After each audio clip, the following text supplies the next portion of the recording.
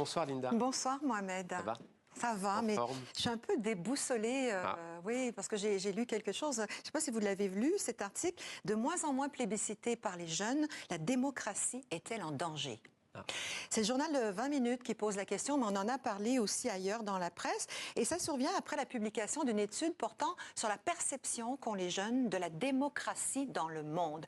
Eh bien, selon cette enquête menée dans 30 pays, dont des démocraties, mais pas que, les 18-35 ans ont de moins en moins foi en la démocratie comme système politique. Plus du tiers des jeunes se dit même prêt à s'accommoder d'un régime autoritaire. Étonnant, non?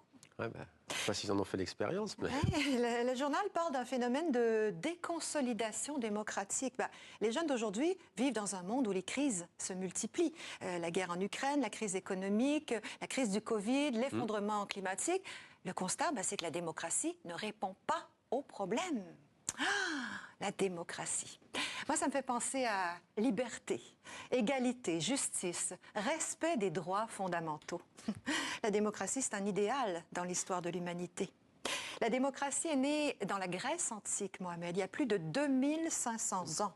Le mot vient de démocratia, composé de démos, le peuple, et kratos, le pouvoir. La démocratie, c'est le pouvoir du peuple. À Athènes, les citoyens exerçaient directement le pouvoir. On voit encore ce type de démocratie directe dans certains cantons suisses, par exemple. Mais globalement, de nos jours, on élit des représentants qui vont prendre les décisions en notre nom ou à notre place. Les élections, tiens, c'est le grand rituel de la démocratie. Les candidats font campagne, prononcent des discours, montrent leurs sourires éclatants et les citoyens, tels des juges, votent pour leurs favoris.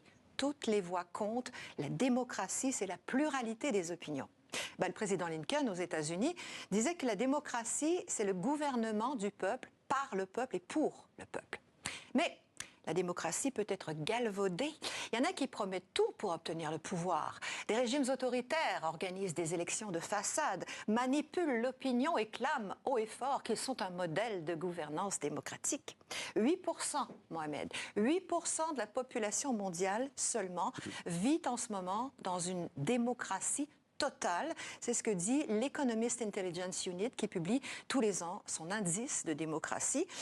La démocratie est en crise, nous rappellent également les Nations Unies qui organisent ce vendredi, demain et tous les 15 septembre, la journée internationale de la démocratie. C'est l'occasion de parler, de débattre et puis pour mieux comprendre, lisez cet article de 20 minutes, c'est en ligne. Et regardez la chronique de Linda sur les réseaux sociaux.